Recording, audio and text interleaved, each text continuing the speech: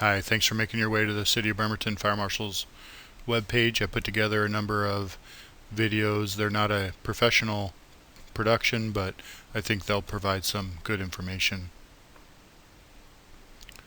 So the video that we're doing today is fire alarm requirements, probably the single most commonly asked questions. Now, Bremerton has a number of variations to the standard NFPA 72 International Fire Code fire alarm requirements. I'm not exactly sure where the origin of a lot of these came from, but I know back in the late 90s during the Kona Village fire related to apartment buildings and so on, there was some pretty heavy duty talk about fire alarms and sprinklers and life safety and so on. And so the county fire departments decided to have a number of fairly aggressive fire alarm requirements. Over time, with the improvement in fire sprinkler systems, some of these fire alarm systems requirements have kind of deviated quite a bit, and believe it or not, a number of advances in cell phone technology.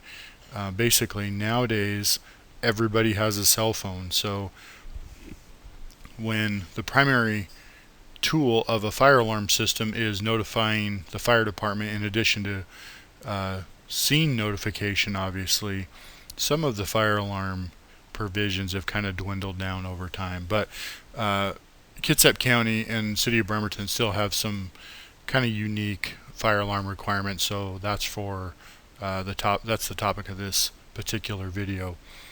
So not really in any particular order, I'm just going to go through a list that I basically just off the top of my head put down on paper, so to speak. It's obviously a PowerPoint, but put down, and we'll talk about each one of these as we go. So one of the common challenges that we have is the overall work product.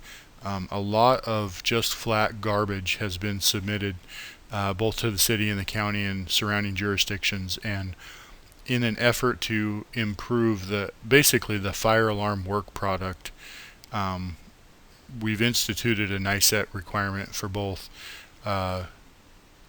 inspection testing and for design. So in the city of Bremerton, at least, a NICET 3 in fire alarms or a fire protection engineer is required for the design. Now, that doesn't mean that the FPE or the NICET 3 actually needs to do the design, but the plans need to be reviewed by that individual prior to submission, and there needs to be a positive document that shows that set of plans has been reviewed by that individual. So once the plans have been reviewed by the NICET 3 or the FPE, they can be uploaded and submitted for review. A NICET 2, this should be a NICET 2, is also required for programming and testing. And the idea is that somebody who knows about fire alarms and knows about the requirements of fire alarms is doing the programming and testing. More and more, the frustrations of the contractor game make it really difficult when the fire alarm technician or the electrical contractor is told by the general, do this or do that, and they're, to a certain extent, they're really challenging the inspectors as they come out to call them on the items that both the NICET fire alarm technician knew about, and they're really just asking to see if those things are going to be called out. So unfortunately, that's kind of how the game is played. If you're going to make the items that obvious and that clear, and not really have too much of a concern about them being written up, I'm not going to have that much of a concern about writing them up. So that's not really gonna bother me too much. Unfortunately, that's just how the game is played. In fact, it was being played today at work, and that's one of the points here. So another fire alarm requirement that we have in the city, and this number used to be 4,000 square feet, and we bumped it up to 10,000 square feet, really because it matches the number for fire sprinkler systems. And so what this is getting at is that any new construction really doesn't require a fire alarm system until it hits that 10,000 square foot ceiling, and then it marries up with the fire sprinkler requirement. A weatherproof horn strobe is required on the approach side of the building, and this is something that will be identified by the plan reviewer. Now the NICET or the designer, maybe even the CAD person who's doing the drawing, should indicate that there is a horn strobe on the exterior of the building, but this should be identified early when you get your plans back, because I would guess a high 90% of the time this particular location will be changed, if not more than one outside horn strobe is added. So this really needs to be reviewed on the plans very early, especially if it's kind of a parts and smarts game where the fire alarm contractor is coming in after all the wires been run and the electrical contractor is doing all the dirty work, so to speak, and you know, the details won't be figured out till later. A functional annunciator is required at the entrance and in the fire sprinkler riser room. Now, the easy way to avoid basically double cost, you know, in this case, if you take a building where the alarm panel is in the electrical room, and then you have a sprinkler riser room and you have a main entrance, now you have 3 devices. Well, just stick the fire alarm panel in the sprinkler riser room, and that gets rid of one of the requirements there, and that's really the intent. We like having the alarm panel in the riser room. A lot of people don't really understand this requirement, and the idea is if we actually have a fire in this building, obviously it's sprinklered because we have a sprinkler riser room, but the incident commander, the fire guy in charge of this event, is going to stick somebody in this room to monitor the fire alarm and the fire sprinkler system. It makes sense to make this location a single location where one person can monitor both of these systems. They work in unison together anyway.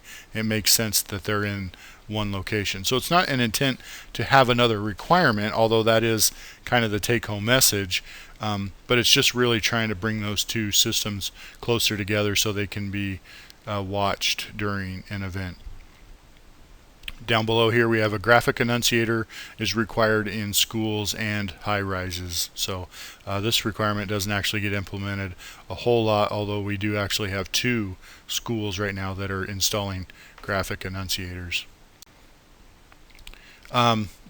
Probably the big requirement, one that gets missed a lot or challenged a lot, or however you want to look at it, smoke detection is required in areas used for means of egress. Now, what is a means of egress? Well, this gets into some of the fire and building code stuff that fire alarm contractors may not get involved in a whole lot.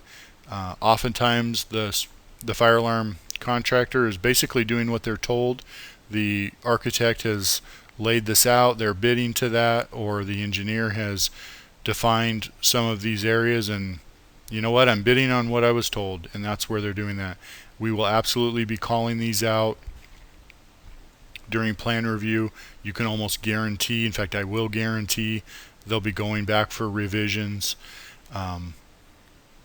So anyway, this video, the intent of this is to kind of give those pieces of information, put them out on the forefront so that hopefully plans can come in with a higher first time review completion rate. Things go out the door the first time more often. That would be great. So these are examples of some of these means of egress components in stairways, hallways, corridors, and other requirements. And I put fire doors down here, kind of created another bullet point, because obviously NFPA 80 has requirements for smoke detection on either side of the fire door, and that's for fusible links or whatever that specific requirement is. So these are specific areas that the city of Bremerton has called out smoke detection in. Obviously there's still the smoke above the panel and above the annunciator and those things, but this is in the means of egress. and the fire doors is an additional requirement somewhere else. This requirement does not supersede those other requirements. Now, in the event at 10,000 square feet the building is not sprinklered, which I can't imagine, but I imagine it's possible if it's a retroactive fire alarm system or something to that effect.